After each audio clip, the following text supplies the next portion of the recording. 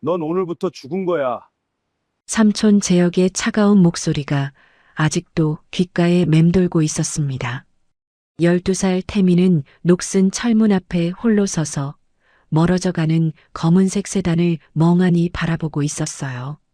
차는 좁은 해안도로를 따라 점점 작아져 갔고 뒤에 일어나는 먼지만이 태민과 삼촌 사이의 마지막 연결고리처럼 보였습니다. 바닷바람이 차갑게 볼을 스쳤지만 태민은 눈물을 흘리지 않았습니다. 아니, 흘릴 수가 없었어요. 이미 차 안에서 모든 눈물을 쏟아냈으니까요. 그때 뒤에서 나지막하지만 또렷한 목소리가 들려왔습니다. 도련님, 오랜 시간 기다렸습니다. 태미는 깜짝 놀라 뒤를 돌아봤어요. 흰 장갑을 낀 중년의 남자가 정중하게 허리를 숙이고 있었습니다. 검은색 정장 차림의 그 남자 손에는 할아버지의 인장이 찍힌 봉투가 들려 있었죠. 회장님께서는 모든 것을 알고 계셨습니다. 도련님의 삼촌이 무엇을 계획하는지도요. 과연 태민의 할아버지는 왜 손자가 이 외딴 섬에 버려질 것을 알면서도 막지 않았던 걸까요? 그리고 삼촌 재혁이 15년간 치밀하게 준비해온 계획은 무엇이었을까요? 지금부터 한 소년이 버려진 그 자리에서 시작된 충격적인 반전과 완벽한 복수의 이야기가 펼쳐집니다. 사연 시작하기 전에 구독과 좋아요 한번 꼭 눌러주세요. 태민이 5살이 되던 해 그의 인생은 한순간에 무너졌습니다. 부모님이 타고 가던 차가 빗길에 미끄러져 다리 아래로 추락했고 두 분 모두 그 자리에서 세상을 떠났죠. 장례식장에서 태민은 아무것도 이해하지 못한 채 엄마 아빠를 부르며 울기만 했습니다. 엄마, 일어나. 엄마, 깨어나. 작은 손으로 차갑게 식어가는 엄마의 손을 잡고 흔들던 그 모습을 장례식장에 모인 사람들은 차마 눈뜨고 볼 수가 없었습니다. 그때 재혁이 나타났어요. 동진 회장의 외아들이자 태민의 삼촌인 재혁은 검은 양복을 말끔하게 차려입고 장례식장에 들어섰죠. 사람들은 수군거렸습니다. 저 냉정하기로 소문난 재혁이 과연 조카를 제대로 돌볼 수 있을까 하고요. 하지만 재혁은 태민을 따뜻하게 안아주며 속삭였습니다. 태민아, 울지 마. 삼촌이 있잖아. 이제 삼촌이 너를 돌봐줄게. 그의 목소리는 부드러웠고 태민을 바라보는 눈빛도 따뜻해 보였습니다. 장례식장 사람들은 고개를 끄덕이며 안도했죠. 재혁이 생각보다 인간적인 면이 있구나. 조카를 진심으로 아끼는구나 하고요. 하지만 아무도 몰랐습니다. 재혁의 머릿속에서는 이미 치밀한 계산이 돌아가고 있었다는 것을요. 그가 태민을 안아주던 그 순간에도 그의 시선은 장례식장 입구에 휠체어를 타고 들어오는 동진 회장을 향해 있었습니다. 70이 넘은 노인의 얼굴은 깊은 슬픔으로 일그러져 있었죠. 동진 회장은 외아들 내외를 한꺼번에 잃은 충격으로 몸이 더욱 쇠약해져 있었습니다. 재혁은 속으로 냉소를 지었습니다. 이제 아버지가 의지할 사람은 손자 태민뿐이겠지. 그리고 그 태민을 돌보는 건 나야. 아버지는 이제 나를 인정할 수밖에 없을 거야. 재혁은 평생을 아버지 동진 회장의 그늘에 가려 살아왔습니다. 해송그룹의 후계자로 태어났지만 아버지는 그를 결코 인정하지 않았죠. 내 형이 살아있었다면 회사는 벌써 2배로 컸을 거야. 동진 회장은 입만 열면 15년 전 사고로 세상을 떠난 큰아들 이야기만 했습니다. 재혁에게는 눈길조차 주지 않았죠. 그런 아버지가 손자 태민에게는 달랐습니다. 태민이 태어나자 동진 회장의 얼굴에 처음으로 환한 미소가 피어올랐습니다. 이 아이는 내 큰아들을 닮았어. 눈빛부터가 다르단 말이야. 동진 회장은 태민을 무릎에 앉히고 회사 이야기를 들려주곤 했습니다. 겨우 4살, 5살 배기 아이에게 경영 철학을 이야기하는 할아버지의 모습을 재혁은 이를 갈며 지켜봐야 했습니다. 아버지의 사랑을 한 번도 받아본 적 없는 자신과 달리 태민은 할아버지의 무한한 애정을 독차지하고 있었으니까요. 부모님이 돌아가신 후 태민은 재혁의 집으로 들어왔습니다. 강남의 고급 아파트, 넓은 거실에는 늘 정적만 흘렀죠. 재혁은 겉으로는 조카를 극진히 대했습니다. 좋은 옷을 사주고 비싼 학원에 보내고 생일마다 선물을 안겨줬습니다. 하지만 그의 눈빛만큼은 결코 따뜻하지 않았습니다. 태민이 학교에서 돌아와 삼촌, 저 왔어요. 하고 환하게 웃을 때마다 재혁은 억지로 미소를 지으며 대답했습니다. 그래, 잘 갔다 왔구나. 하지만 태민이 보지 않는 곳에서 재혁의 얼굴은 싸늘하게 굳어졌습니다. 거실 소파에 앉아 태민이 숙제하는 모습을 바라보면서도 재혁의 머릿속에는 전혀 다른 생각들이 소용돌이쳤죠. 저 아이만 없으면 모든 게 내 것이 될 텐데. 아버지의 재산, 해송그룹의 경영권, 그 모든 것이 원래 내 것이어야 하는데. 저 아이가 자라서 20살이 되면 아버지는 분명 유산을 태민에게 물려줄 거야. 재혁의 계획은 그렇게 조금씩 구체화되기 시작했습니다. 태민이 6살이 되던 해 재혁은 동진 회장을 찾아갔습니다. 아버지, 태민이를 제가 책임지고 잘 키우겠습니다. 형님과 형수님의 몫까지 제가 해내겠습니다.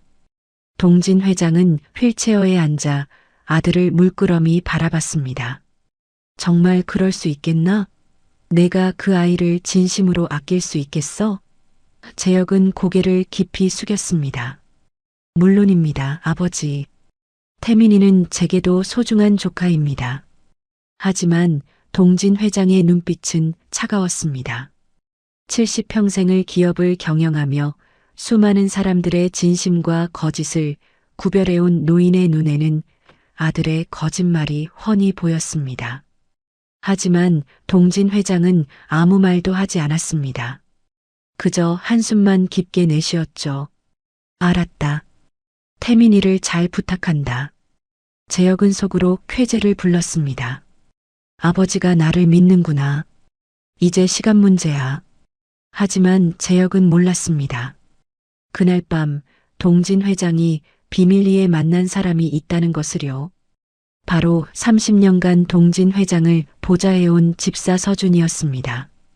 회장 집무실에서 둘만의 대화가 오갔습니다. 회장님, 정말 그렇게 하시겠습니까?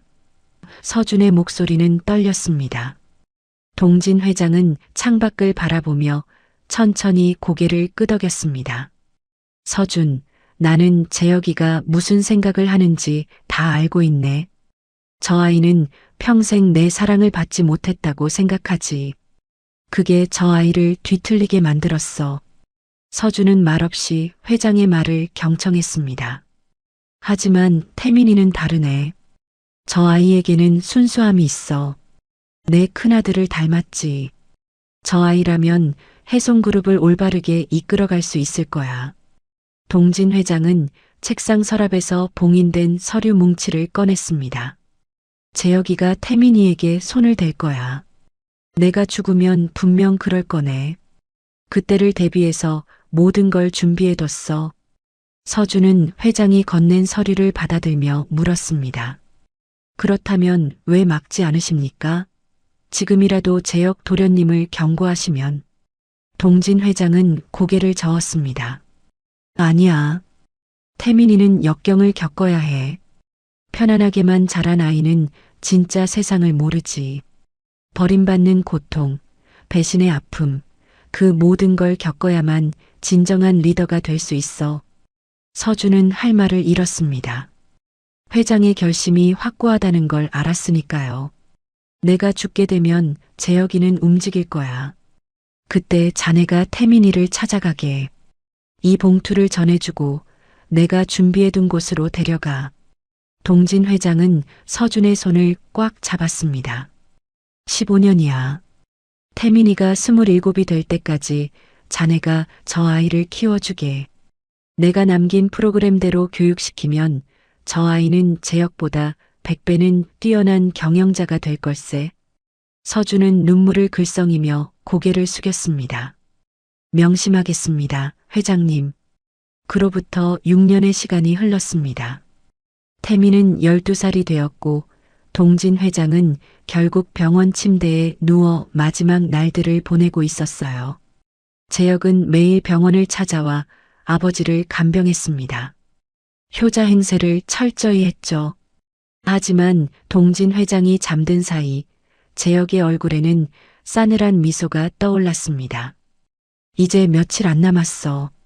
아버지가 돌아가시면 그때부터 내 계획을 실행하는 거야. 재혁은 이미 모든 것을 준비해 두었습니다. 외딴 섬의 고아원, 태민을 맡길 위조 서류, 유산 상속을 가로챌 변호사까지 완벽했습니다. 그 누구도 자신을 의심하지 못할 만큼 치밀한 계획이었죠. 어느 날 밤 동진 회장이 희미하게 눈을 떴습니다. 침대 옆에는 재혁이 앉아 있었습니다. 아버지. 재혁의 목소리가 떨렸습니다. 동진 회장은 아들을 바라보며 나지막이 말했습니다. 재혁아, 미안하다. 그 한마디에 재혁은 얼어붙었습니다. 아버지가 사과를 하다니 평생 한 번도 들어본 적 없는 말이었습니다. 내가 너를 제대로 사랑하지 못했구나. 그게 너를 이렇게 만들었어. 동진 회장의 눈에서 눈물이 흘러내렸습니다. 재혁은 입술을 깨물었습니다. 지금 와서 무슨 소용이야. 이미 늦었어, 아버지. 하지만 재혁아, 태민이는 부디. 동진 회장은 더 이상 말을 잇지 못했습니다. 그리고 그날 밤 해송그룹의 창업주 동진 회장은 조용히 눈을 감았어요. 장례식은 성대하게 치러졌습니다.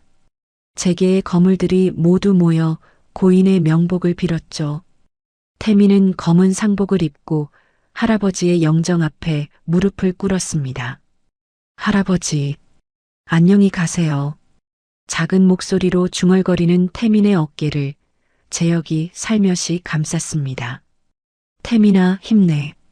할아버지도 내가 씩씩하게 지내길 바라실 거야. 하지만 재혁의 눈빛은 이미 차갑게 식어 있었습니다. 장례식이 끝나자마자 재혁은 변호사를 불렀습니다.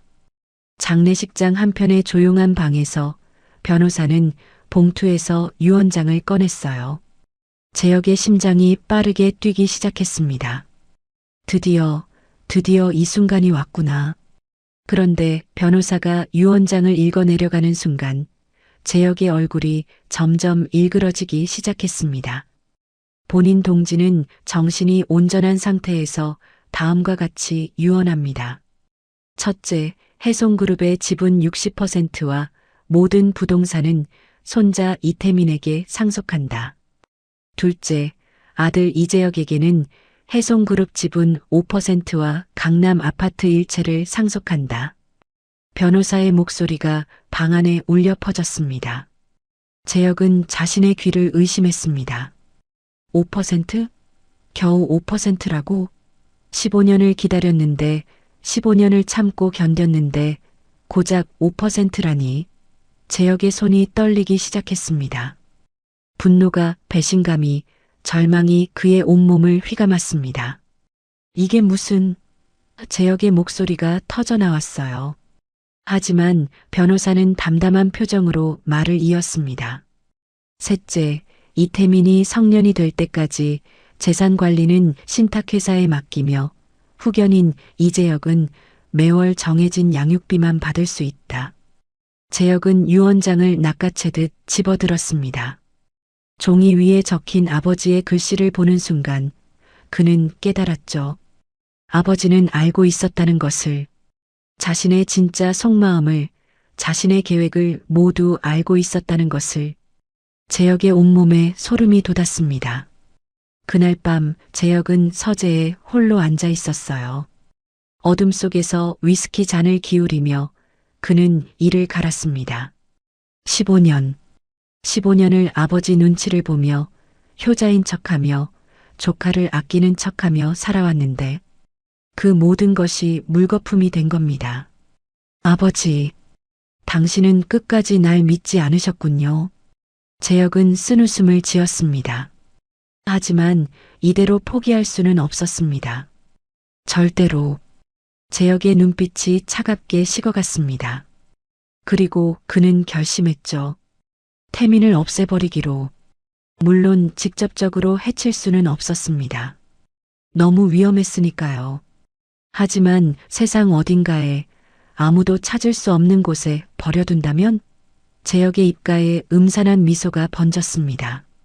그는 컴퓨터를 켜고 인터넷을 뒤지기 시작했습니다. 외딴 섬, 고아원, 폐쇄적인 곳. 그리고 마침내 그는 찾아냈습니다. 서해안의 작은 섬에 있는 성우 고아원. 그곳은 완벽했습니다. 육지에서 멀리 떨어져 있고 외부와의 연락도 거의 끊긴 곳. 거기에 태민을 버려두면 아무도 그 아이를 찾지 못할 겁니다. 이틀 뒤 재혁은 태민의 방문을 두드렸어요. 태민은 침대에 누워 천장을 바라보고 있었습니다. 할아버지가 돌아가신 후로 아이는 거의 밥도 먹지 않고 방에만 틀어박혀 있었죠. 태민아, 삼촌이 들어가도 되겠니? 재혁의 목소리는 여전히 부드러웠습니다. 태민이 고개를 돌려 삼촌을 바라봤어요. 아이의 눈은 울어서 빨갛게 부어 있었습니다. 재혁은 침대 옆에 앉으며 말했습니다. 태민아, 삼촌이 할 말이 있어. 그리고 재혁은 준비한 거짓말을 꺼내놓기 시작했습니다. 사실은 말이야. 할아버지께서 유언을 남기셨단다. 태민의 눈이 조금 커졌습니다. 유언이요? 재혁은 고개를 끄덕이며 따뜻한 미소를 지어 보였습니다. 하지만 그 미소 뒤에 숨겨진 도끼를 태민은 알 리 없었죠. 그래. 할아버지께서는 내가 더 넓은 세상을 경험했으면 좋겠다고 하셨어. 그래서 특별한 학교에 보내달라고 하셨단다. 태민은 조심스럽게 물었습니다. 특별한 학교요? 재혁은 태민의 머리를 쓰다듬으며 말을 이었습니다. 응, 바닷가 근처에 있는 아주 좋은 곳이야. 거기서는 평범한 학교에서는 배울 수 없는 것들을 가르쳐 준대. 할아버지께서 특별히 그 학교를 찾아두셨어. 순진한 태민은 삼촌의 말을 의심하지 않았습니다. 할아버지가 자신을 위해 준비해 두신 거라니 그렇다면 좋은 곳일 거라고 생각했죠. 그곳에 가면 할아버지가 원하시던 사람이 될 수 있을까요? 태민의 목소리에는 간절함이 배어 있었습니다. 재혁은 속으로 비웃으며 대답했습니다. 물론이지. 할아버지께서 너를 위해 준비하신 곳이니까. 그렇게 재혁은 태민을 완벽하게 속였습니다. 사흘 뒤 태민은 작은 가방 하나만 들고 삼촌의 차에 올라탔어요. 아이는 뒤돌아보며 할아버지와 함께 살던 저택을 바라봤습니다. 그 집을 다시는 보지 못할 거라는 사실도 모른 채 차가 출발하자 재혁은 룸미러로 태민을 힐끗 쳐다봤습니다. 재혁의 입가에 차가운 미소가 번졌어요. 잘 가거라, 태민아. 이제 다시는 돌아올 수 없을 거야. 차는 서울을 벗어나 고속도로로 접어들었습니다. 태민은 창밖으로 스쳐가는 풍경을 바라봤습니다. 높은 빌딩들이 점점 사라지고 낮은 건물들이 나타나기 시작했어요. 그리고 시간이 흐를수록 주변은 점점 더 한적해졌습니다. 고속도로를 벗어나자 차는 좁은 지방도로로 접어들었습니다. 양옆으로 논밭이 펼쳐지고 가끔 작은 마을이 지나갔죠. 태민은 뭔가 이상하다는 느낌을 받기 시작했습니다. 삼촌, 얼마나 더 가야 해요? 재혁은 짧게 대답했습니다. 조금만 더. 하지만 그 조금은 끝나지 않았습니다. 차는 계속 달렸고 결국 바닷가 작은 항구에 도착했습니다. 태민이 놀라서 물었어요. 삼촌, 여긴 바다인데요. 재혁은 차에서 내리며 말했습니다. 학교가 섬에 있거든. 배를 타고 가야 해. 태민의 가슴이 답답해지기 시작했습니다. 섬? 왜 학교가 섬에 있는 거지? 하지만 아이는 아무 말도 하지 못했습니다. 둘은 작은 어선에 올라탔고 배는 파도를 가르며 앞으로 나아갔습니다. 1시간쯤 지났을까? 멀리 작은 섬이 보이기 시작했습니다. 섬이 가까워질수록 태민의 불안감은 점점 커져갔어요. 섬에는 낡은 건물들이 듬성듬성 서 있었고 페인트가 벗겨진 담장들이 눈에 띄었습니다. 이게 정말 학교라고? 태민은 삼촌을 돌아봤지만 재혁은 아무 말도 하지 않았죠. 배가 작은 부두에 닿자 재혁은 태민의 손을 잡고 내렸습니다. 그리고 둘은 비탈길을 따라 걸어 올라갔습니다. 잠시 후 그들은 녹슨 철문 앞에 섰습니다. 철문 위에는 바랜 글씨로 이렇게 적혀 있었어요. 성우 고아원. 태민의 심장이 철렁 내려앉았습니다. 고아원? 왜 고아원에 온 거지? 이건 학교가 아니잖아. 태민은 재빨리 뒤를 돌아봤습니다. 삼촌, 여긴. 하지만 재혁은 이미 차로 걸어가고 있었습니다. 태민이 소리쳤습니다. 삼촌, 잠깐만요. 여긴 학교가 아니에요. 재혁은 차 문을 열며 짧게 대답했습니다. 여기가 내가 있을 곳이야, 태민아. 그 말에 태민은 얼어붙었습니다. 무슨 뜻이지? 내가 있을 곳? 태민은 필사적으로 달려가 차 문을 붙잡았어요. 삼촌, 안 돼요. 저 데려가 주세요. 하지만 재혁은 태민의 손을 뿌리쳤습니다. 그리고 차에 올라타며 차갑게 말했죠. 태민아, 이게 내 운명이야. 받아들여. 시동이 걸리고 차가 움직이기 시작했습니다. 태민은 차를 따라 뛰었습니다. 삼촌, 삼촌. 하지만 차는 점점 빨라졌고 곧 먼지만 풀썩 일으키며 비탈길 아래로 사라졌습니다. 태민은 그 자리에 주저앉았어요. 믿을 수 없었습니다. 삼촌이 자신을 버렸다는 게, 자신을 사랑한다고 했던 삼촌이 이렇게 낯선 곳에 자신을 내버려 두고 갔다는 게, 태민의 눈에서 눈물이 흘러내렸습니다. 왜 이러는 거예요? 아이는 무릎을 끌어안고 울기 시작했습니다. 할아버지도 돌아가시고 이제 삼촌마저 자신을 버렸습니다. 세상에 자신을 지켜줄 사람은 이제 아무도 없었어요. 태민은 그렇게 생각했습니다. 하지만 그때였어요. 등 뒤에서 조용한 목소리가 들려왔습니다. 태민 도련님. 태민은 깜짝 놀라 고개를 들었습니다. 거기에는 검은 정장을 입은 중년 남성이 서 있었습니다. 남성의 얼굴은 부드러웠지만 눈빛은 깊고 날카로웠습니다. 태민은 떨리는 목소리로 물었어요. 누구세요? 남성은 공손히 허리를 숙이며 대답했습니다. 제 이름은 서준입니다. 동진 회장님께서 보내신 사람입니다. 태민의 눈이 커졌습니다. 할아버지가 보낸 사람? 서준은 태민에게 다가와 무릎을 꿇었습니다. 그리고 품에서 봉투 하나를 꺼냈습니다. 회장님께서 도련님을 위해 이것을 남기셨습니다. 태민은 떨리는 손으로 봉투를 받았어요. 봉투를 열자 안에는 할아버지의 편지가 들어 있었습니다. 태민은 글자가 흐려질 정도로 눈물을 흘리며 편지를 읽기 시작했죠. 사랑하는 태민에게. 이 편지를 읽고 있다면 할아버지는 이미 세상을 떠났겠구나.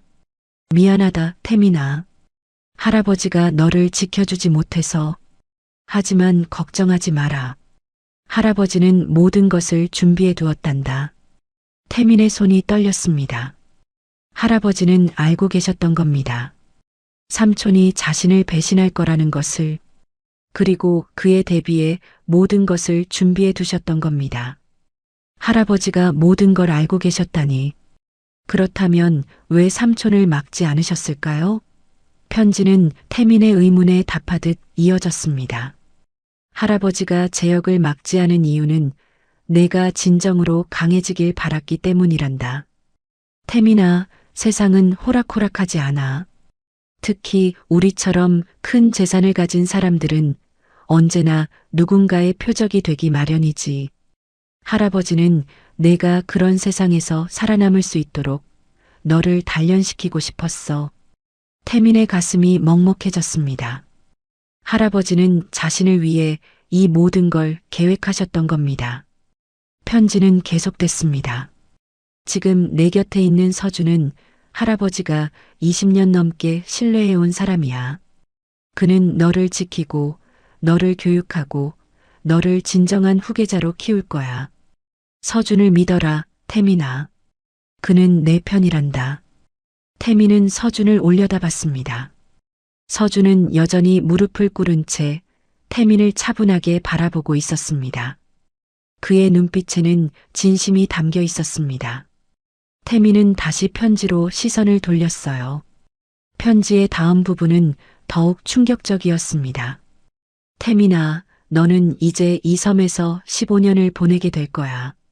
그 시간 동안 서준이 너를 교육할 거란다. 경영, 경제, 법률, 무술, 예술까지.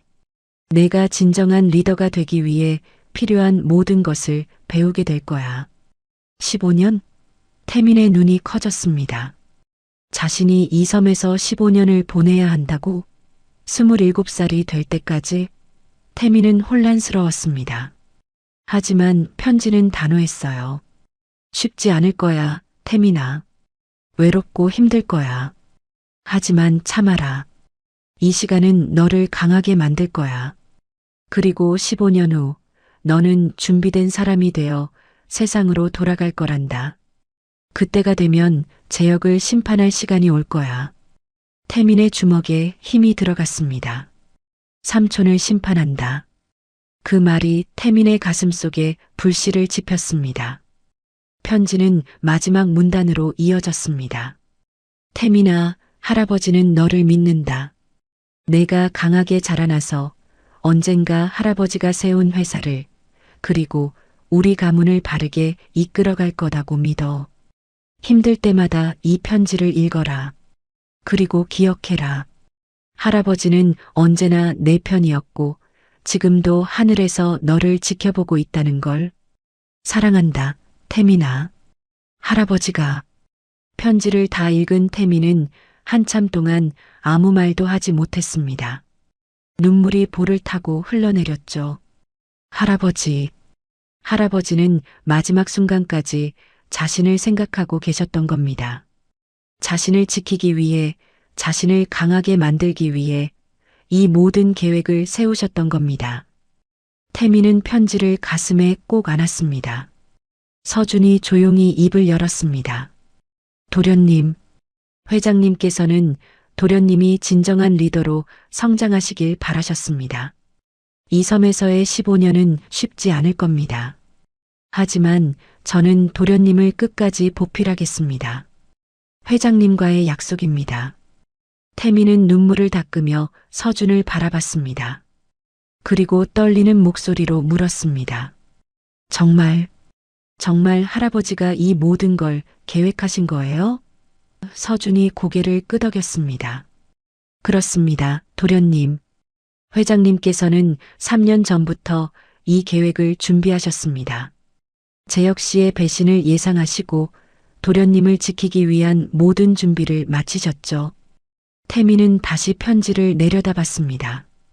할아버지의 글씨가 흐릿하게 보였습니다. 태민은 깊은 숨을 들이마셨습니다. 서준이 일어서며 태민에게 손을 내밀었습니다. 도련님, 이제 들어가시죠. 회장님께서 준비하신 곳으로 안내해 드리겠습니다. 태민은 서준의 손을 잡고 일어섰습니다.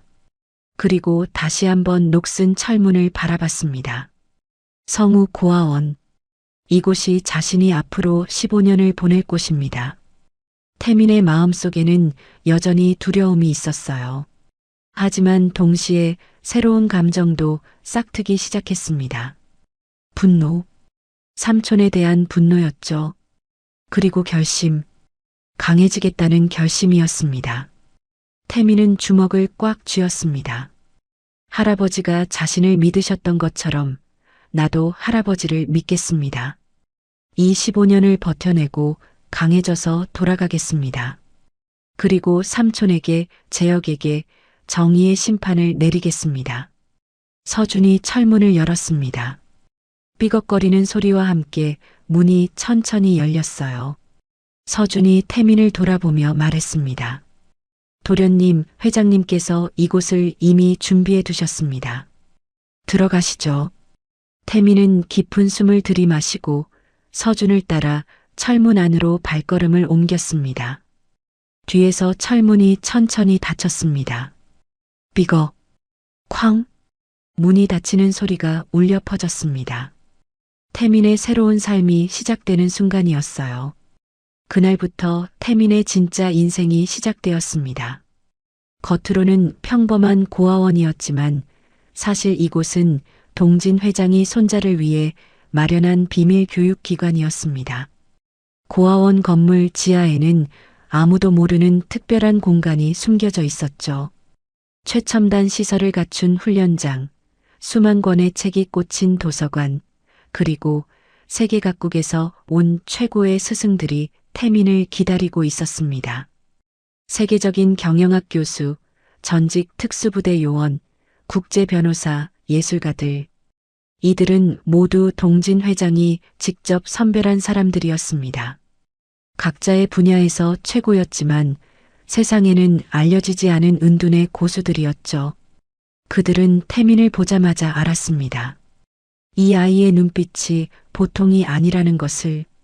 12살 소년의 눈에서 복수를 향한 불꽃이 타오르고 있다는 것을 말입니다. 첫 수업이 시작된 날 경영학 교수 한석주가 태민에게 물었습니다. 태민군, 복수가 뭐라고 생각하나? 태민은 주먹을 꽉 쥔 채 대답했죠. 삼촌을 벌주는 겁니다. 한석주는 고개를 저었습니다. 아니네. 복수는 감정이 아니라 전략일세. 자네가 지금 분노로 가득 차 있다면 결코 이길 수 없어. 진정한 복수는 냉철한 계산과 완벽한 준비에서 나오는 거야. 그 말이 태민의 가슴에 깊이 박혔습니다. 맞습니다. 지금 태민은 너무 화가 나 있었어요. 삼촌을 향한 증오로 가득 차 있었죠.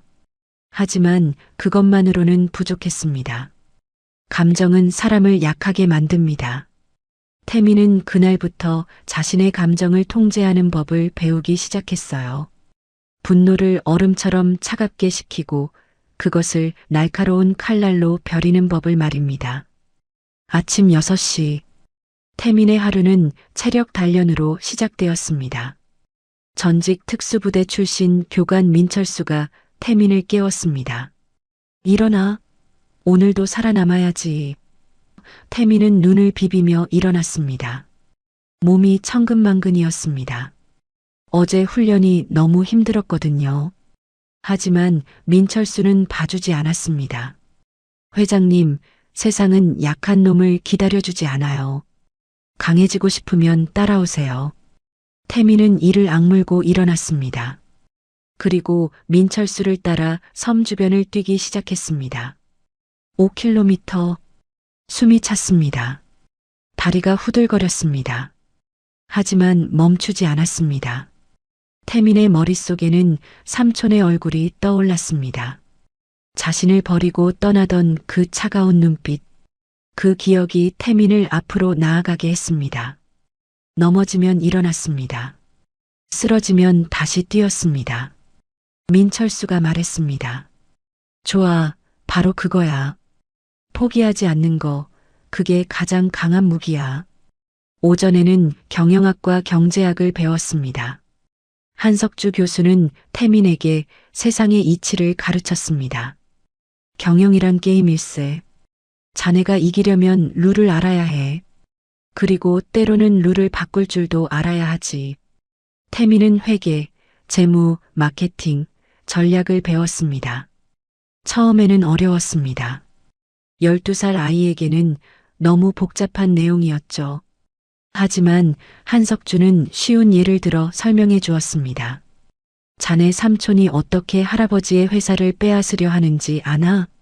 바로 이사회를 장악하는 거야. 이사들의 마음을 사서 자기 편으로 만드는 거지. 그게 경영 전략의 핵심이야.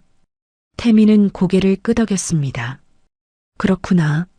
삼촌은 지금 할아버지의 회사에서 이사들을 포섭하고 있을 겁니다. 자신의 세력을 키우고 있겠죠. 태미는 생각했습니다. 그럼 나도 언젠가 이사들을 내 편으로 만들어야겠구나. 아니, 그보다 더 강력한 무기가 필요해. 나는 정당한 후계자니까. 오후에는 법률과 협상 전략을 배웠습니다. 국제 변호사 출신 교수 이수진이 태민을 가르쳤습니다. 태민아, 법은 무기야. 제대로 쓰면 어떤 칼보다 날카롭지. 이수진은 태민에게 회사법, 상법, 민법을 가르쳤습니다. 그리고 무엇보다 중요한 것, 증거의 힘을 가르쳤죠. 너희 삼촌이 아무리 교묘하게 회사를 빼앗으려 해도 결정적인 증거가 있으면 끝이야. 횡령, 배임, 사기. 이런 범죄는 반드시 흔적을 남기거든. 그 흔적을 찾아내는 게 내 임무야. 태미는 눈을 빛냈습니다. 그렇습니다. 할아버지가 남긴 증거들이 있을 겁니다. 삼촌의 범죄를 입증할 자료들이요. 하지만 그것만으로는 부족합니다. 태민 스스로도 법을 알아야 합니다. 삼촌과 맞서 싸울 때 법정에서 이길 수 있는 힘을 길러야 합니다. 이수진이 말했습니다. 법정은 전쟁터야. 준비된 자가 이기는 곳이지. 그러니까 태민아, 너는 최고의 전사가 되어야 해. 저녁에는 예술과 교양을 배웠습니다. 유명 피아니스트 출신 교수 박지연이 태민에게 음악을 가르쳤습니다. 음악은 마음을 다스리는 거야. 내가 아무리 강해져도 마음이 거칠면 사람들이 따르지 않아. 태민은 피아노 앞에 앉았습니다. 건반을 눌렀습니다. 서투른 소리가 났습니다. 박지연이 웃으며 말했습니다. 괜찮아. 처음엔 다 그래. 중요한 건 음을 듣는 거야. 세상의 소리를 듣고 사람들의 마음을 듣는 거지. 태민은 천천히 연습했습니다. 처음에는 손가락이 굳어서 제대로 움직이지 않았습니다. 하지만 시간이 지나자 조금씩 나아졌습니다. 음악을 연주하면서 태민은 묘한 평화를 느꼈습니다. 낮 동안 쌓인 긴장이 풀렸습니다. 복수에 대한 집착이 잠시 사라졌죠. 그리고 태민은 깨달았습니다. 아, 할아버지는 이것도 가르치고 싶으셨구나. 복수만으로는 행복해질 수 없다는 것을. 진정한 리더는 힘만 있는 게 아니라 사람들의 마음을 움직일 수 있어야 한다는 것을요. 처음 1년은 정말 힘들었습니다. 태민은 밤마다 울었어요. 방에 혼자 남겨지면 베개를 껴안고 소리 없이 울었죠. 할아버지가 그리웠습니다. 따뜻한 집이 그리웠고 엄마 아빠가 그리웠습니다. 하지만 태민은 알고 있었죠. 울어봤자 소용없다는 것을. 세상은 자신을 기다려주지 않는다는 것을요. 10년이 지났습니다. 태민은 22살이 되었어요. 이제 소년이 아니라 어른이었습니다. 10년 동안 태민은 자신의 감정을 철저히 통제하는 법을 배웠습니다. 화가 나도 얼굴에 드러내지 않았습니다. 슬퍼도 눈물을 보이지 않았죠. 오직 목표만을 향해 나아갔어요. 이수진 변호사가 태민에게 서류 뭉치를 건넸습니다. 이게 뭔지 아니, 태민? 태민은 서류를 펼쳤습니다. 그리고 눈을 크게 떴습니다. 이것은 삼촌 재혁의 비리 자료였습니다. 횡령 증거, 배임 기록, 뇌물수수 내역. 모든 게 낱낱이 기록되어 있었습니다. 이수진이 말했습니다. 동진 회장님께서 생전에 모아두신 거야. 재혁 씨가 언젠가 배신할 거라는 걸 아셨던 거지. 그래서 증거를 확보해 두셨어. 이제 이 자료들은 내 거야, 태민. 때가 되면 써라. 태민은 서류를 꽉 쥐었습니다. 손이 떨렸습니다. 10년을 기다렸어요. 이 순간을 위해 참고 또 참았습니다. 이제 무기가 생긴 겁니다. 삼촌을 무너뜨릴 결정적인 무기가요. 하지만 태민은 서두르지 않았습니다. 한석주 교수의 말이 떠올랐습니다. 전략은 타이밍이야. 너무 빠르면 실패하고 너무 늦으면 기회를 놓쳐. 맞습니다. 지금은 아직 아닙니다. 태민은 아직 준비가 덜 됐습니다. 좀 더 강해져야 합니다. 좀 더 많이 배워야 합니다.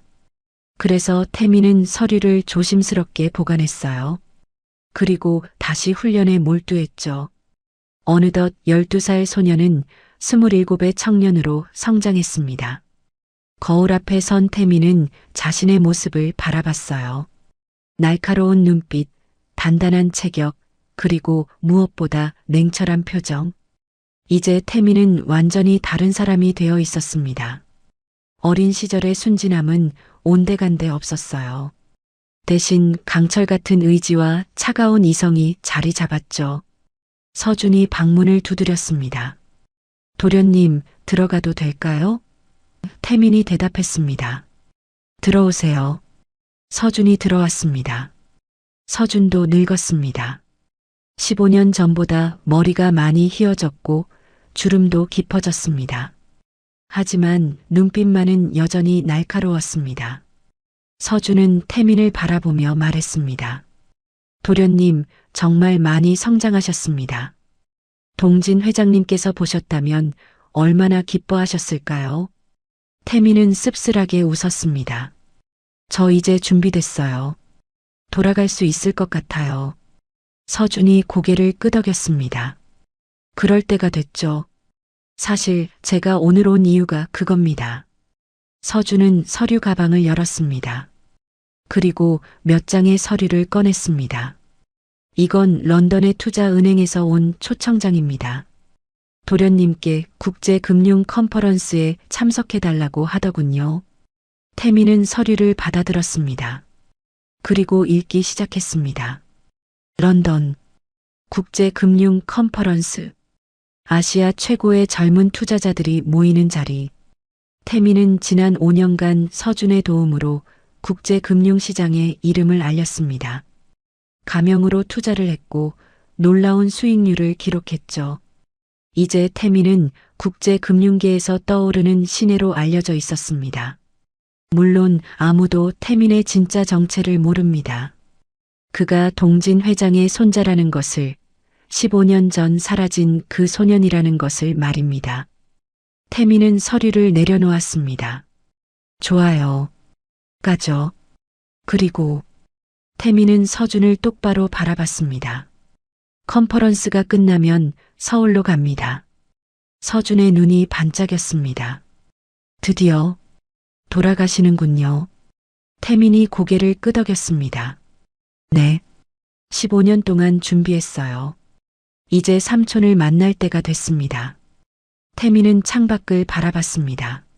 섬 너머로 바다가 보였습니다. 15년 전 태민은 이곳에 버려졌습니다. 어린 소년이 혼자 남겨진 외딴 섬. 하지만 이제 태민은 떠날 준비가 됐습니다. 더 이상 약한 소년이 아닙니다. 강하고 똑똑하고 준비된 남자가 됐습니다. 태민은 주먹을 꽉 쥐었습니다. 그리고 마음속으로 말했습니다. 삼촌, 기다려. 내가 돌아간다. 하지만 이번에는 내가 삼촌을 심판할 차례야. 서준이 조용히 말했습니다. 회장님께서 말씀하셨습니다. 태민이는 내가 본 아이 중 가장 강한 아이라고. 겉으로는 약해 보여도 속은 강철 같은 아이라고. 그 말씀이 맞았습니다. 도련님, 당신은 진짜 강해지셨어요. 태민은 눈을 감았습니다. 할아버지의 얼굴이 떠올랐습니다. 따뜻한 미소, 큰 손으로 자신의 머리를 쓰다듬어 주시던 기억. 그리고 마지막으로 들었던 할아버지의 목소리. 태민아, 할아버지 믿지? 태민은 눈을 떴습니다. 그리고 단호하게 말했습니다. 네, 할아버지. 저 해냈어요.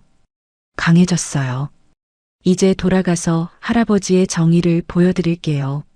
서준이 깊게 절을 했습니다. 명심하겠습니다, 회장님. 제가 끝까지 모시겠습니다. 태민은 서준을 일으켜 세웠습니다. 서준 아저씨, 고마워요. 15년 동안 저를 지켜주셔서요. 아저씨가 없었다면 저는 여기까지 올 수 없었을 거예요. 서준의 눈에 눈물이 고였습니다. 도련님, 동진 회장님께서 저를 믿고 당신을 맡기셨을 때 저는 다짐했습니다. 목숨을 걸고 지키겠다고. 그 약속 지킨 거 맞죠? 태민은 서준의 어깨를 두드렸습니다. 네, 지키셨어요.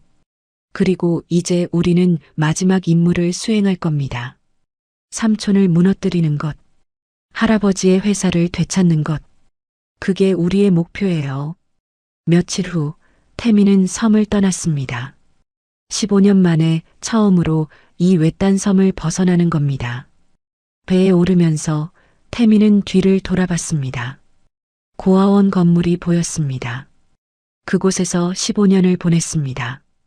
지옥 같은 훈련을 견뎌냈습니다. 울고 쓰러지고 다시 일어섰습니다. 그리고 이제 완성된 모습으로 세상에 나가는 겁니다. 스승들이 부두에 나와 있었습니다.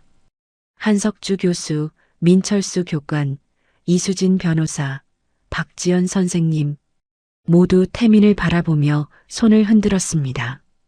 태민도 손을 흔들었습니다. 그리고 마음속으로 감사 인사를 전했습니다. 선생님들 고마워요. 제게 힘을 주셔서요. 선생님들이 가르쳐 주신 것들 절대 잊지 않을게요. 배가 출발했습니다. 섬이 점점 멀어졌습니다. 태민은 앞을 바라봤습니다. 수평선 너머에 본토가 있습니다. 그리고 그곳 어딘가에 서울이 있습니다. 삼촌이 있습니다. 할아버지의 회사가 있습니다. 태민의 가슴이 두근거렸습니다. 두려움이 아닙니다. 기대입니다. 드디어 복수를 시작할 수 있다는 기대감이었죠. 런던 컨퍼런스는 성공적이었습니다. 태민은 그곳에서 자신의 투자 철학을 발표했습니다. 진정한 투자는 숫자가 아니라 사람을 보는 겁니다. 기업의 가치는 재무제표가 아니라 그 기업을 이끄는 사람의 비전에서 나옵니다. 청중들이 박수를 쳤습니다. 태민의 발표는 신선했습니다. 27이라는 젊은 나이에도 불구하고 그의 통찰력은 놀라웠죠. 컨퍼런스가 끝난 후 여러 투자은행에서 태민에게 제안을 했습니다. 우리와 함께 일하지 않겠습니까? 하지만 태민은 모두 거절했습니다. 죄송합니다. 저는 제 길을 가야 합니다. 태민에게는 더 중요한 일이 있었습니다. 서울로 돌아가는 것, 삼촌과 맞서는 것, 할아버지의 유산을 되찾는 것, 그것이 태민의 진짜 목표였습니다. 컨퍼런스 마지막 날 밤, 태민은 호텔방에서 서울행 비행기 표를 예약했습니다. 출발일은 3일 후, 태민은 창밖을 바라봤습니다. 런던의 야경이 아름다웠습니다. 하지만 태민의 마음은 이미 서울로 가 있었습니다. 서울행 비행기 안에서 태민은 잠을 이루지 못했습니다. 15년 만에 돌아가는 고향, 어떻게 변했을까요? 삼촌은 어떤 모습일까요? 할아버지의 회사는 무사할까요? 수많은 생각이 머릿속을 스쳤습니다. 서준이 옆자리에 앉아 말했습니다. 긴장되십니까, 도련님? 태민은 고개를 저었습니다. 아니요. 오히려 기대돼요. 드디어 시작할 수 있으니까요. 서준이 미소 지었습니다. 좋은 마음가짐입니다. 하지만 조심하셔야 합니다. 재혁 씨는 15년 동안 회사를 장악했습니다. 이사회의 절반 이상이 그의 편이에요. 쉽지 않을 겁니다. 태미는 고개를 끄덕였습니다. 알아요. 하지만 저에게는 할아버지가 남기신 증거가 있어요. 그리고 무엇보다 저는 정당한 후계자예요. 법적으로도 도덕적으로도 제가 맞아요. 비행기가 인천공항에 착륙했습니다. 태미는 심호흡을 했습니다. 그리고 자리에서 일어났습니다. 태미는 마음속으로 다짐했습니다. 삼촌, 나 돌아왔어. 이제 시작이야. 공항을 나서자 서울의 공기가 느껴졌습니다. 15년 만에 맡는 고향의 냄새. 태민의 가슴이 벅찼습니다. 서준이 준비한 차가 대기하고 있었습니다. 검은색 세단. 태민은 차에 올라탔습니다. 서준이 물었습니다. 어디로 가시겠습니까? 태민은 단호하게 대답했습니다. 회사로 가요. 할아버지의 회사. 아니, 이제는 제 회사가 될 곳으로요. 차는 서울 중심가로 향했습니다. 고층 빌딩들이 하늘을 찔렀습니다. 그중 하나가 할아버지의 회사 건물이었습니다.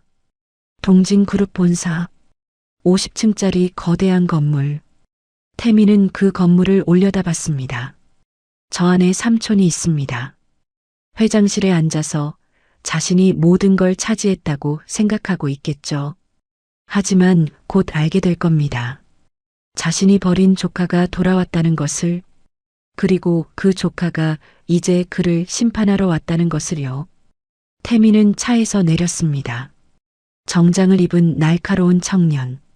아무도 그가 15년 전 사라진 그 소년이라고는 생각하지 못할 겁니다. 태미는 건물을 바라봤습니다. 그리고 천천히 걸어 들어갔습니다. 로비는 화려했습니다. 대리석 바닥, 높은 천장, 거대한 샹들리에. 하지만 태미는 주눅 들지 않았습니다. 오히려 당당했습니다. 이곳은 원래 자신의 것이니까요. 서준이 옆에서 속삭였습니다. 도련님, 준비되셨습니까? 태미는 고개를 끄덕였습니다. 네. 이제 삼촌을 만날 시간이에요. 그렇게 태민의 복수가 시작되었습니다. 15년간의 준비, 15년간의 고통, 모든 것이 이 순간을 위한 것이었습니다. 태민은 엘리베이터 버튼을 눌렀습니다. 50층, 회장실이 있는 곳, 삼촌이 있는 곳, 엘리베이터 문이 닫혔습니다. 그리고 천천히 올라가기 시작했습니다. 태민의 심장이 빠르게 뛰었습니다. 하지만 얼굴은 평온했습니다. 15년 동안 배운 것, 감정을 통제하는 법, 그것이 지금 태민을 지켜주고 있었습니다. 엘리베이터가 50층에 도착했습니다. 문이 열렸습니다. 그리고 태민은 밖으로 걸어 나왔습니다. 복수의 첫걸음을 내디디며 50층 회장실 복도는 고요했습니다. 태민의 구두 소리만이 대리석 바닥을 울렸습니다. 똑똑똑. 규칙적인 소리였습니다. 마치 심판의 카운트다운처럼요. 태민은 걸으며 생각했습니다. 15년 전 자신은 이 건물에 단 한 번도 와본 적이 없었습니다. 할아버지는 태민이 어릴 때 회사 이야기를 거의 하지 않으셨죠. 아마도 너무 어린 나이에 욕심을 배우는 것을 원치 않으셨던 것 같습니다. 하지만 지금은 다릅니다.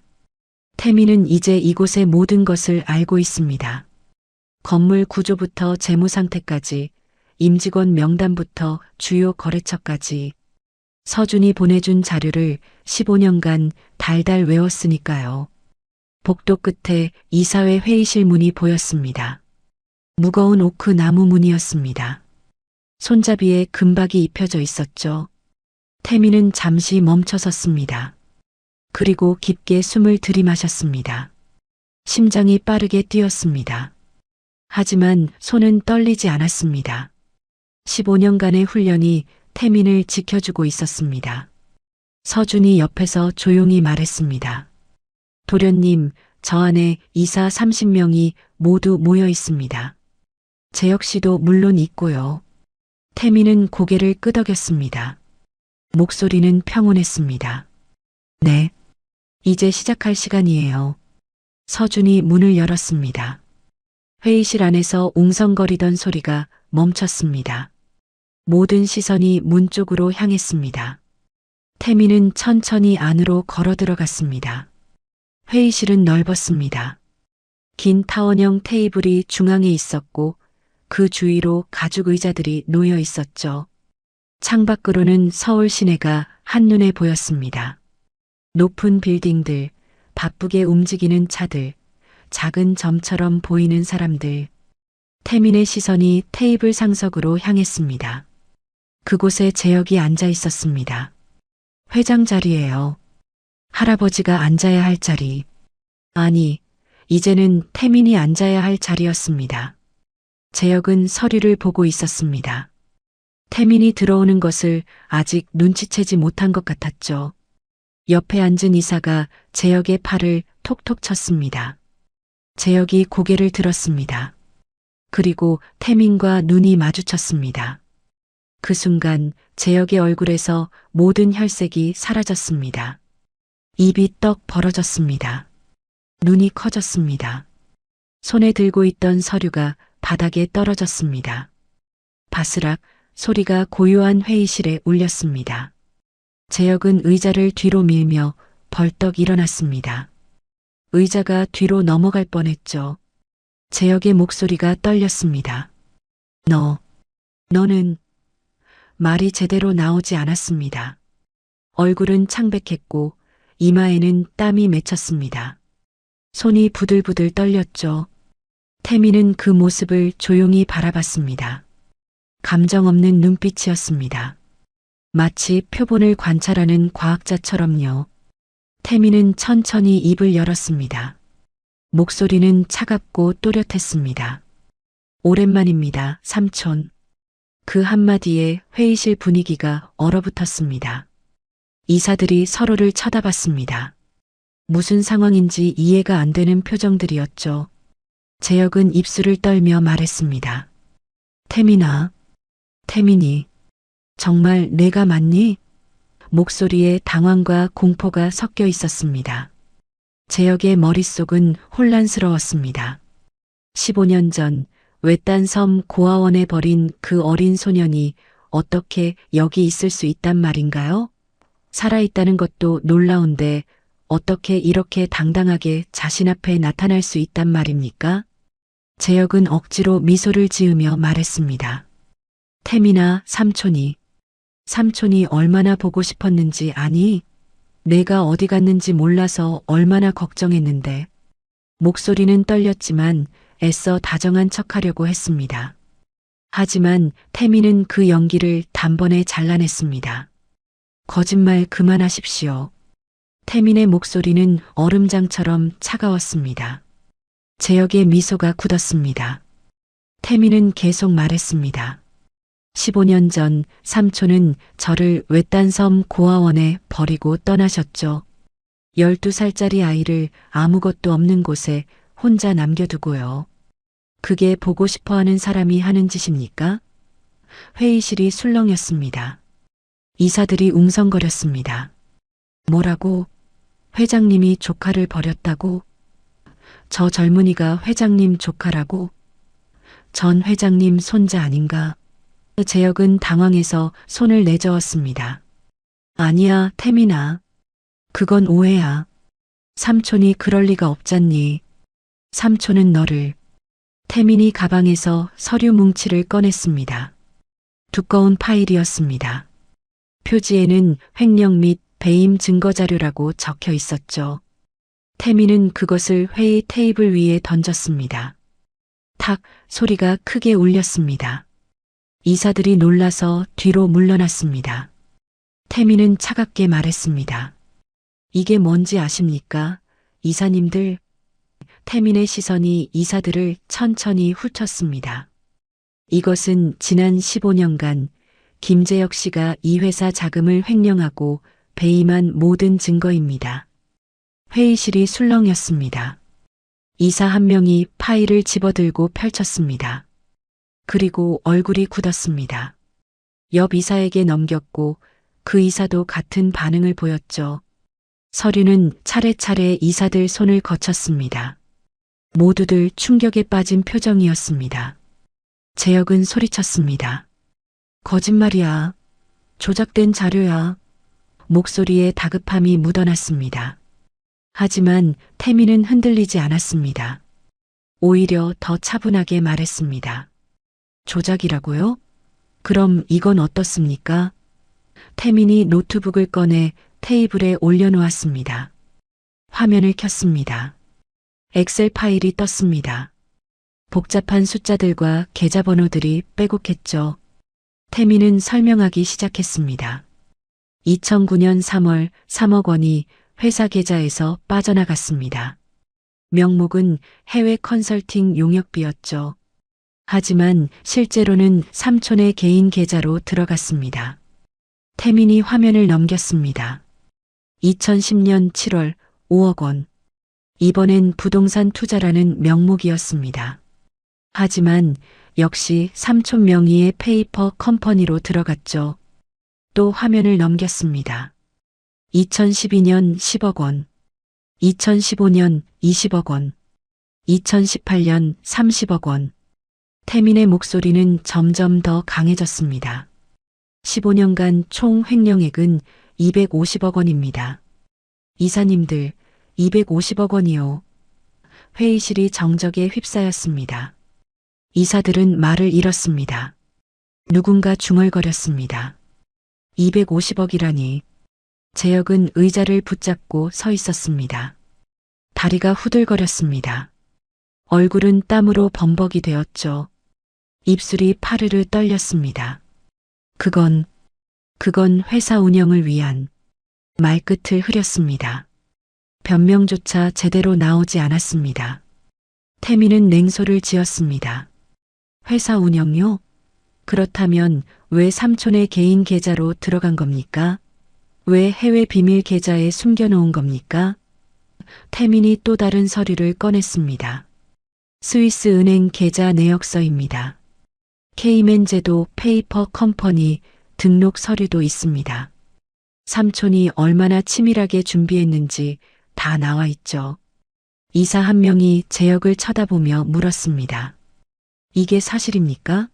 목소리에는 배신감이 묻어났습니다.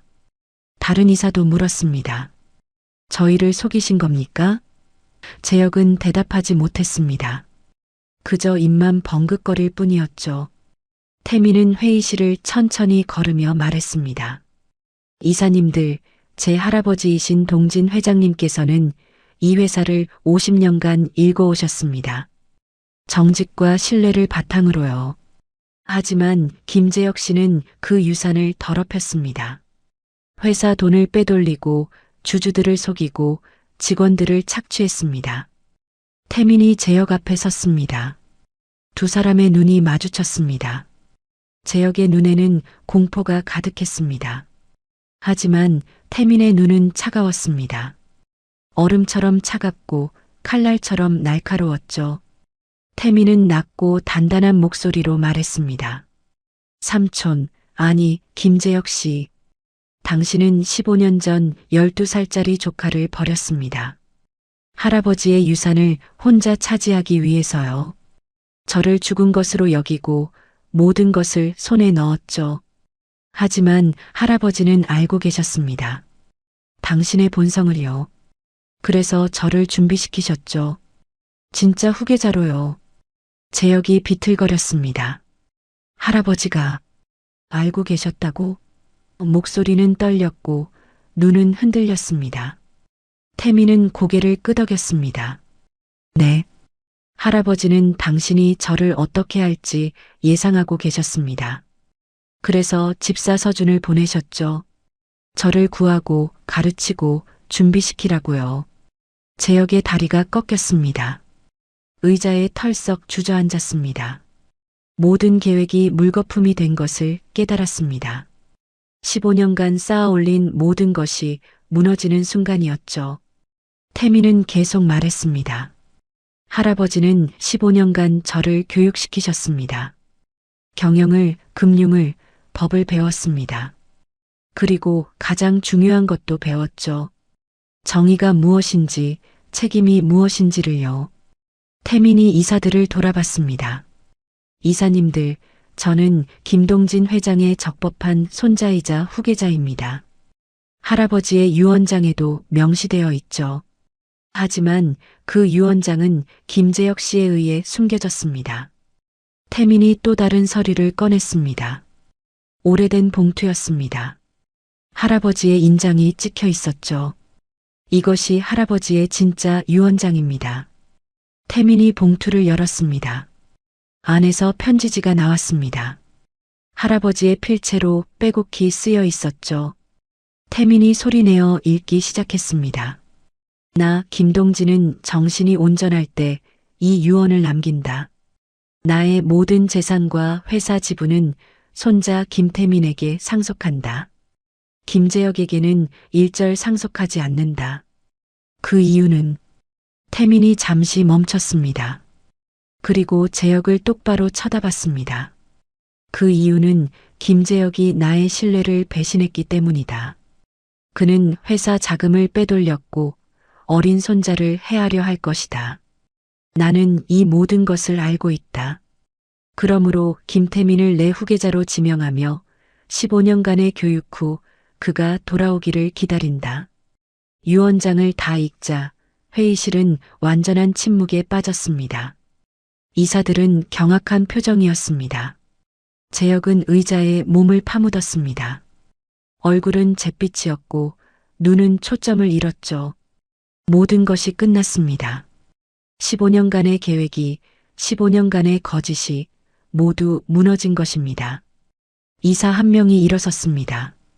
늙은 이사였습니다. 할아버지와 오래 일했던 분이죠. 태민 도련님. 그는 눈물을 글썽이며 말했습니다. 회장님께서 그렇게 준비하고 계셨군요. 이 늙은이는 몰랐습니다. 정말 죄송합니다. 태민은 그 이사에게 고개를 숙였습니다. 아닙니다. 할아버지께서 모두 계획하신 일입니다. 다른 이사들도 하나둘씩 일어났습니다. 그리고 태민에게 고개를 숙였습니다. 죄송합니다, 도련님. 저희가 몰랐습니다. 회장님을 다시 모시게 되어 영광입니다. 재혁만 홀로 의자에 앉아 있었습니다. 세상이 무너진 사람처럼요. 태민은 재혁을 내려다봤습니다. 그리고 조용히 말했습니다. 김재혁 씨, 당신은 이제 더 이상 이 회사의 회장이 아닙니다. 그리고 곧 경찰이 올 겁니다. 횡령과 배임, 그리고 미성년자 유기 혐의로 체포될 것입니다. 재혁이 고개를 들었습니다.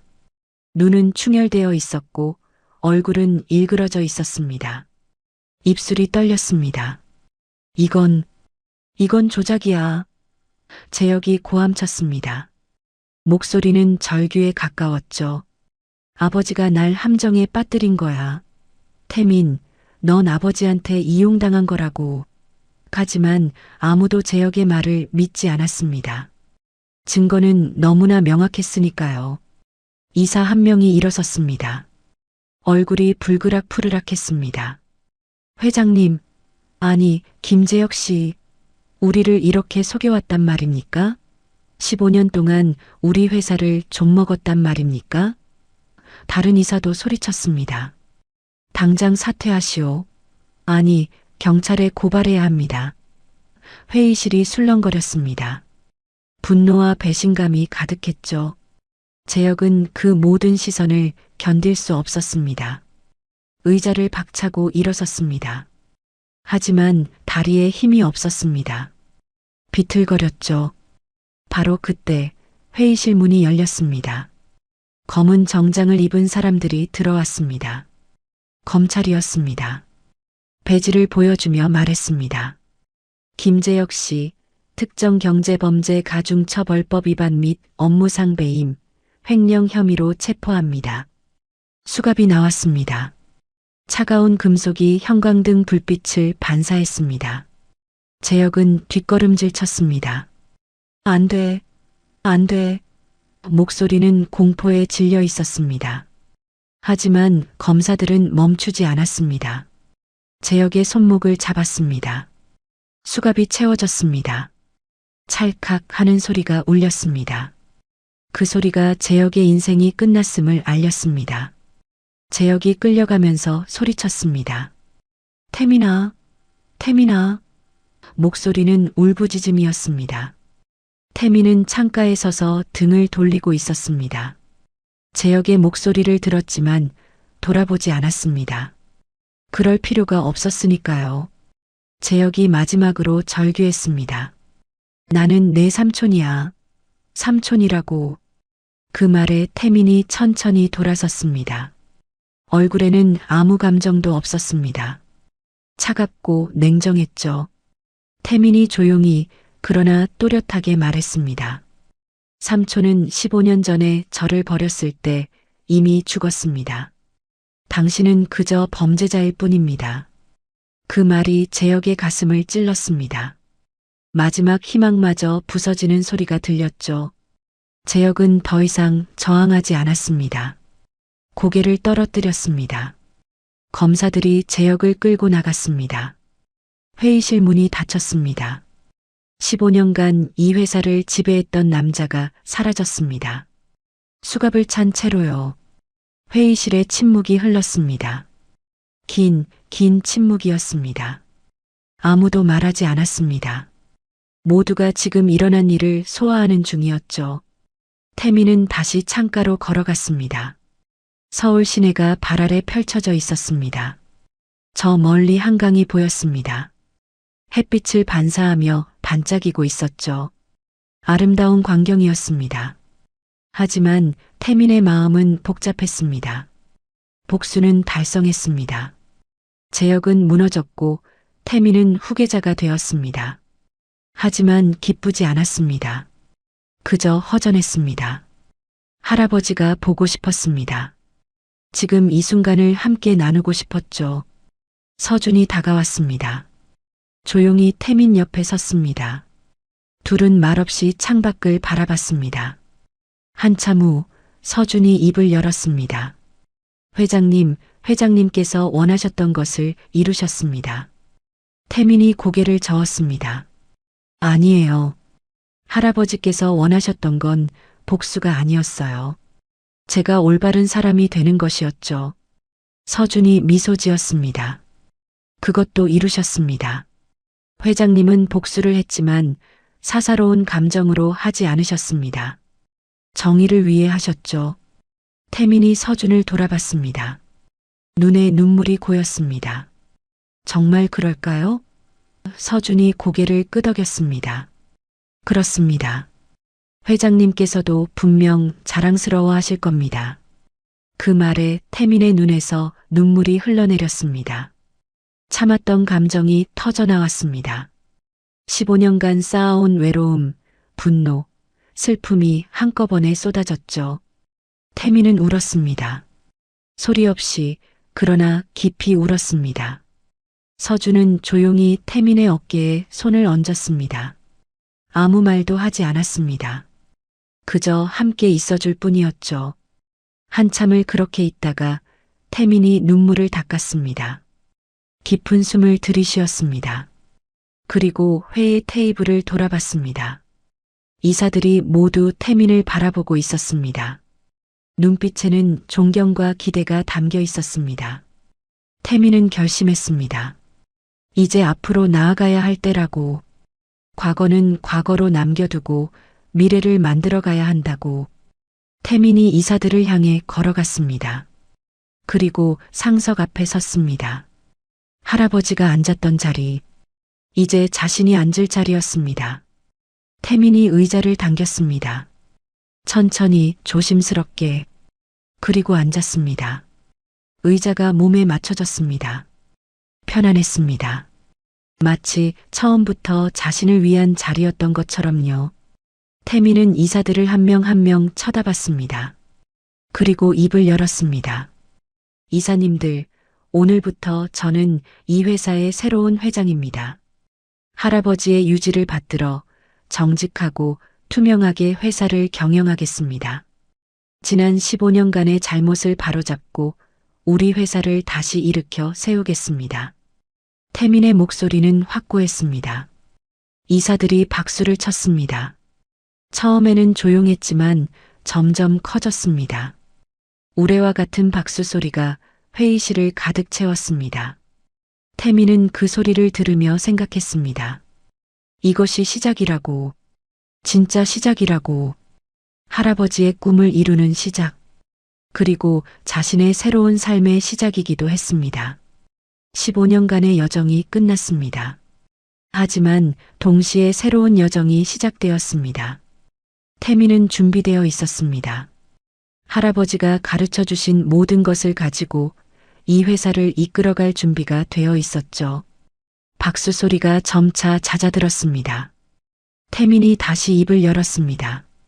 그리고 한 가지 더 발표할 것이 있습니다. 이사들이 집중했습니다. 태민이 무슨 말을 할지 궁금했죠. 태민이 서준을 돌아봤습니다. 서준이 서류를 가져왔습니다. 태민이 그것을 받아들었습니다. 저는 할아버지의 개인 재산 중 일부를 사회에 환원하고자 합니다. 고아원 아이들을 위한 장학재단을 설립하겠습니다. 회의실이 다시 술렁거렸습니다. 하지만 이번에는 놀람과 감탄이었습니다. 태민이 계속 말했습니다. 저도 한때 버려진 아이였습니다. 하지만 할아버지 덕분에 다시 일어설 수 있었죠. 이제 저도 그런 아이들에게 희망을 주고 싶습니다. 이사들이 또 박수를 쳤습니다. 이번에는 더 뜨거운 박수였습니다. 진심 어린 박수였죠. 늙은 이사 한 분이 일어섰습니다. 눈에 눈물이 고여 있었습니다. 회장님, 정말 회장님을 닮으셨습니다. 선친께서도 분명 기뻐하실 겁니다. 태민이 고개를 숙였습니다. 감사합니다. 할아버지께 부끄럽지 않은 손자가 되도록 노력하겠습니다. 회의가 끝났습니다. 이사들이 하나둘씩 자리를 떠났습니다. 태민에게 인사하며 격려하며 나갔죠. 마지막 이사가 나가고 회의실에는 태민과 서준만 남았습니다. 태민은 의자에 깊이 몸을 기댔습니다. 긴장이 풀렸습니다. 온몸에서 힘이 빠져나갔죠. 서준 아저씨. 태민이 불렀습니다. 네, 회장님. 서준이 대답했습니다. 고맙습니다. 15년 동안 저를 지켜주셔서요. 태민의 목소리는 떨렸습니다. 서준이 미소 지었습니다. 제가 해야 할 일을 했을 뿐입니다. 그리고 이제는 회장님이 혼자서도 잘하실 겁니다. 태민이 고개를 저었습니다. 아니에요. 앞으로도 옆에 있어 주세요. 저 혼자서는 아직 부족해요. 서준이 고개를 끄덕였습니다. 물론입니다. 회장님께서 원하시는 한 저는 항상 곁에 있겠습니다. 태민이 웃었습니다. 15년 만에 진심으로 웃는 것 같았습니다. 모든 것이 끝나고 태민은 할아버지의 묘소를 찾았습니다. 15년 만에 처음으로 자유로운 마음으로 찾는 길이었죠. 서울 외곽의 조용한 언덕, 할아버지가 생전에 직접 골라두셨던 그곳. 가을 햇살이 따스하게 내리쬐는 오후였습니다. 낙엽이 바람에 살랑거렸고 공기는 맑고 청명했죠. 태민은 천천히 계단을 올라갔습니다. 한 계단, 한 계단 오를 때마다 가슴이 먹먹해졌습니다. 15년간의 시간이 주마등처럼 스쳐 지나갔죠. 12살 외딴 섬에 버려졌던 그날. 처음 서준 아저씨를 만났던 순간. 할아버지의 편지를 읽으며 눈물을 흘렸던 밤. 혹독한 훈련을 견뎌내며 이를 악물었던 날들. 그리고 마침내 삼촌 앞에 섰던 그 순간까지 모든 기억이 선명했습니다. 마치 어제 일처럼 생생했죠. 묘소에 도착했습니다. 오랜만에 찾은 묘지는 여전히 깨끗하게 관리되고 있었죠. 비석 앞에는 누군가 놓고 간 듯한 국화한 다발이 놓여 있었습니다. 아마도 서준 아저씨였을 겁니다. 15년 동안 할아버지를 대신해 이곳을 지켜온 사람. 태민은 무릎을 꿇고 할아버지의 비석 앞에 앉았습니다. 손으로 비석을 쓰다듬었죠. 차가운 돌의 감촉이 손끝에 전해졌습니다. 태민의 눈에서 눈물이 주르륵 흘러내렸습니다. 참으려 했지만 참을 수 없었죠. 목이 메었습니다. 한참을 그렇게 울다가 태민은 떨리는 목소리로 말했습니다. 할아버지, 다녀왔습니다. 바람이 불어왔습니다. 나뭇잎이 바스락거렸죠. 마치 할아버지가 대답하는 것 같았습니다. 태민은 계속 말을 이어갔습니다. 할아버지께서 저를 믿어주시고 이렇게 모든 걸 준비해 주신 덕분에 삼촌의 죄를 밝힐 수 있었습니다.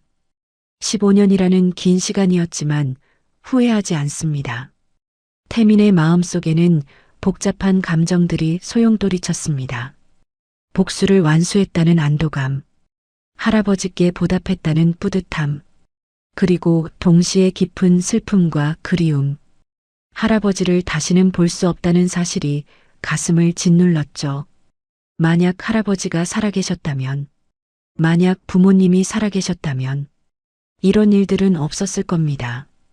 하지만 세상에 만약은 없었죠. 일어난 일은 되돌릴 수 없었습니다. 태민은 눈물을 닦으며 말했습니다. 할아버지, 제가 약속드릴게요. 할아버지께서 꿈꾸시던 회사를 만들겠습니다.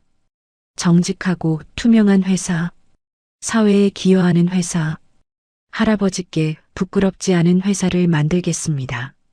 태민의 목소리는 점점 단단해졌습니다. 눈물은 멈추지 않았지만 목소리만큼은 확고했죠.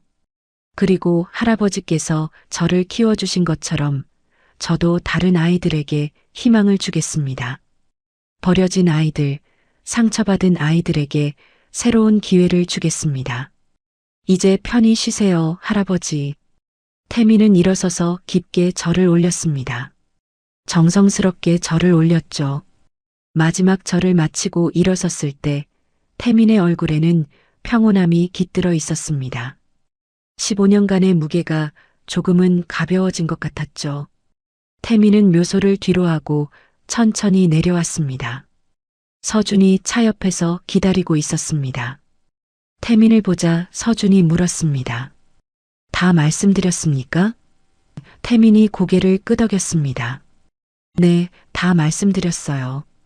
이제 할아버지도 편히 쉬실 수 있을 것 같아요. 서준이 미소 지었습니다. 회장님께서도 분명 기뻐하실 겁니다. 젊은 회장님, 이제 정말 새로운 시작입니다. 태민이 차에 올라탔습니다. 뒤돌아보니 묘소가 저 멀리 보였습니다. 가을 햇살을 받아 반짝이는 비석. 태민은 마음속으로 다시 한번 인사했습니다. 안녕히 계세요, 할아버지. 저 잘 해낼게요. 차가 출발했습니다. 묘소가 점점 멀어졌죠. 하지만 태민의 마음속에서 할아버지는 영원히 살아있을 것입니다. 며칠 후 해송그룹 본사 대강당에서 특별한 행사가 열렸습니다. 동진 장학재단 설립 기념식이었죠. 대강당은 사람들로 가득 찼습니다. 회사 임직원들, 언론 관계자들, 그리고 사회 각계 각층의 인사들이 참석했습니다. 모두가 새로운 회장의 첫 번째 사업에 주목하고 있었죠. 무대 위에는 동진 장학재단 현판이 걸려 있었습니다. 할아버지의 이름을 딴 재단. 태민이 할아버지께 바치는 헌정이었습니다. 태민은 무대 뒤에서 깊게 숨을 들이마셨습니다. 긴장되었지만 동시에 설레기도 했죠. 이것은 단순한 사업이 아니었습니다. 태민의 새로운 삶의 시작이었고 할아버지의 유지를 잇는 일이었습니다. 무엇보다 자신처럼 버려진 아이들에게 희망을 주는 일이었죠. 사회자가 태민을 소개했습니다. 해송그룹 신임 회장이자 동진 장학재단 이사장 강태민 회장님을 모시겠습니다. 박수 소리가 터져 나왔습니다. 태민이 무대로 걸어 나갔습니다. 스포트라이트가 태민을 비췄습니다. 수백 개의 시선이 태민에게 집중되었죠. 하지만 태민은 흔들리지 않았습니다. 15년간의 훈련이 태민을 단단하게 만들었습니다. 태민은 연단에 섰습니다. 마이크를 잡고 천천히 입을 열었습니다. 안녕하십니까? 해송그룹 회장 강태민입니다. 태민의 목소리는 차분하면서도 힘이 있었습니다. 대강당이 조용해졌죠. 모두가 태민의 말에 귀를 기울였습니다. 태민이 계속 말했습니다. 오늘 저는 여러분께 특별한 발표를 하고자 이 자리에 섰습니다. 바로 동진장학재단의 설립입니다. 태민은 잠시 멈췄습니다. 객석을 둘러봤죠. 사람들의 표정이 진지했습니다. 태민이 다시 말을 이어갔습니다. 이 재단의 이름은 제 할아버지 강동진 선대 회장님의 성함을 따서 지었습니다. 할아버지께서는 평생을 교육의 중요성을 강조하셨습니다. 배움이야말로 사람을 변화시키고 세상을 바꿀 수 있다고 믿으셨죠. 태민의 목소리에는 감정이 묻어났습니다. 할아버지를 떠올리니 가슴이 뭉클해졌죠. 하지만 태민은 꿋꿋하게 말을 이어갔습니다. 동진장학재단은 전국의 고아원 아이들에게 교육 기회를 제공할 것입니다. 초등학교부터 대학교까지 배우고 싶은 모든 아이들을 지원할 것입니다. 학비는 물론이고 생활비, 교재비, 심지어 해외 유학까지도 지원할 계획입니다. 객석에서 웅성거림이 일었습니다. 놀라움의 소리였죠. 그 규모가 상상을 초월했습니다. 태민이 말을 이었습니다. 특히 외딴 섬의 고아원들, 소외된 지역의 아이들에게 더 많은 관심을 기울일 것입니다. 태민의 머릿속에는 15년 전 그날이 떠올랐습니다. 외딴 섬 고아원에 홀로 남겨졌던 그날, 버림받았다고 생각했던 그날. 하지만 그날이 태민의 인생을 바꾼 시작점이었죠. 이제 태민은 다른 아이들에게도 그런 기회를 주고 싶었습니다. 버려진 게 끝이 아니라는 것을, 새로운 시작이 될 수 있다는 것을 보여주고 싶었습니다. 태민은 잠시 숨을 고르고 말했습니다. 저도 한때 버려진 아이였습니다. 객석이 술렁거렸습니다. 예상치 못한 고백이었죠. 태민이 계속 말했습니다. 12살 때 저는 외딴 섬 고아원에 버려졌습니다. 가족이라고 믿었던 사람에게 배신당했죠. 그날 저는 세상이 끝났다고 생각했습니다. 하지만 할아버지께서는 포기하지 않으셨습니다. 멀리서라도 저를 지켜보시고 저를 다시 일으켜 세우셨습니다. 태민의 목소리가 떨렸습니다. 감정이 북받쳐 올랐죠. 하지만 태민은 눈물을 참았습니다. 그래서 저는 압니다. 버려진다는 것이 얼마나 아픈지, 세상에 혼자라고 느끼는 것이 얼마나 외로운지. 하지만 동시에 저는 압니다. 한 사람의 관심과 사랑이 한 아이의 인생을 완전히 바꿀 수 있다는 것을. 태민이 힘주어 말했습니다. 저처럼 버려진 아이는 이제 없어야 합니다. 모든 아이들이 꿈을 꿀 수 있는 세상을 만들겠습니다. 그것이 제 꿈이고 이 재단의 목표입니다. 대강당이 잠시 정적에 휩싸였습니다. 태민의 진솔한 고백에 모두가 숙연해졌죠. 그리고 누군가 박수를 쳤습니다. 1명, 2명, 점점 더 많은 사람들이 박수를 쳤습니다. 작은 박수 소리가 큰 파도처럼 번져나갔죠. 우레와 같은 박수 소리가 대강당을 가득 채웠어요. 사람들이 일어섰습니다. 기립박수였죠. 태민은 그 광경을 보며 눈시울이 뜨거워졌습니다. 객석 한편에서 서준이 눈물을 닦고 있었습니다. 15년을 함께한 서준은 태민의 여정을 누구보다 잘 알고 있었죠. 12살 소년이 27 청년이 되기까지의 모든 순간을. 박수 소리가 점차 잦아들었습니다. 태민이 다시 입을 열었습니다. 동진장학재단은 이번 주부터 바로 시작합니다. 전국 200개 고아원과 협약을 맺었고 첫 해에만 3,000명의 아이들을 지원할 예정입니다. 이것은 시작일 뿐입니다. 앞으로 더 많은 아이들에게 손을 내밀 것입니다. 태민의 눈빛이 빛났습니다. 더 이상 복수심으로 불타는 눈이 아니었습니다. 희망으로 가득 찬 눈이었죠. 할아버지께서는 제게 말씀하셨습니다. 진정한 부자는 돈이 많은 사람이 아니라 나눌 줄 아는 사람이라고. 진정한 성공은 혼자 올라가는 것이 아니라 함께 올라가는 것이라고. 태민이 현판을 가리켰습니다. 동진장학재단은 할아버지의 그 뜻을 이어갈 것입니다. 저 혼자만의 성공이 아닌 모두가 함께하는 성공을 만들어 가겠습니다. 태민은 깊게 허리를 숙여 인사했습니다. 사람들의 얼굴에는 감동이 묻어났죠. 태민이 무대에서 내려왔습니다. 기자들이 몰려들었지만 태민은 차분하게 질문에 답했습니다. 카메라 플래시가 터졌지만 태민은 흔들리지 않았습니다. 15년의 시간이 태민을 완전히 다른 사람으로 만들어 놓았습니다. 행사가 끝나고 태민은 회장실로 돌아왔습니다. 넓은 회장실, 큰 창문 너머로 서울 시내가 한눈에 내려다 보였습니다. 태민은 창가에 서서 밖을 바라봤습니다. 해가 지고 있었죠. 노을이 하늘을 물들이고 있었습니다. 붉은 노을, 주황빛 하늘. 아름다운 광경이었습니다. 태민은 생각했습니다. 15년 전 외딴 섬에서 바라봤던 하늘도 이랬을까? 문이 열리는 소리가 났습니다. 서준이 들어왔습니다. 회장님, 오늘 정말 멋지셨습니다. 태민이 돌아봤습니다. 미소를 지으며 말했습니다. 서준 아저씨 덕분이에요. 아저씨가 없었다면 오늘의 제가 없었을 거예요. 서준이 고개를 저었습니다. 아닙니다. 모두 회장님의 노력입니다. 15년간 단 한 번도 포기하지 않으셨죠. 태민이 창밖을 다시 바라봤습니다. 아저씨, 할아버지께서 살아계셨다면 뭐라고 하셨을까요? 서준이 태민 옆에 섰습니다.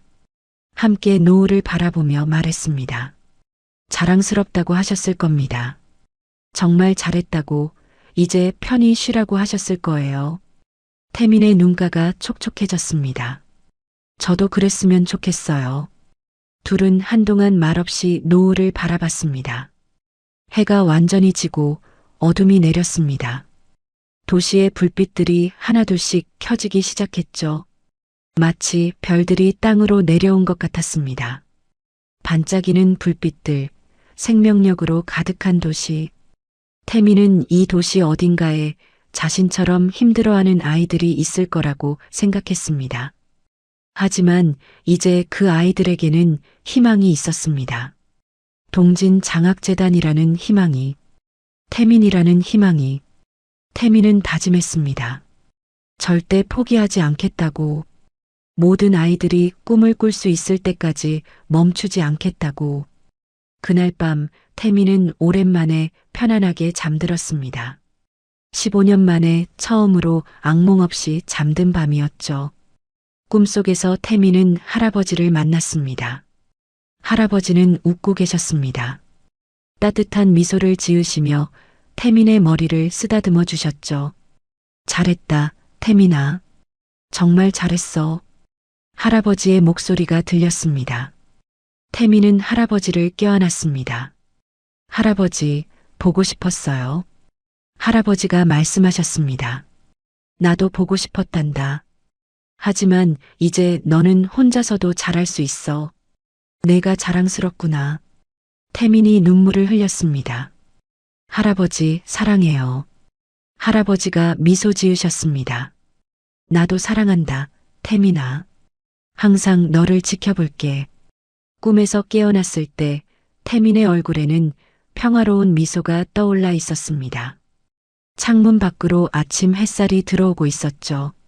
새로운 하루가 시작되었습니다. 태민의 새로운 인생이 시작된 것입니다. 더 이상 복수에 갇혀 있지 않은 희망으로 가득한 삶. 태민은 침대에서 일어나 창문을 열었습니다. 신선한 공기가 들어왔습니다. 새들이 지저귀는 소리가 들렸죠. 태민은 깊게 숨을 들이마셨습니다. 그리고 조용히 말했습니다. 좋은 아침이에요, 할아버지. 오늘도 열심히 살게요.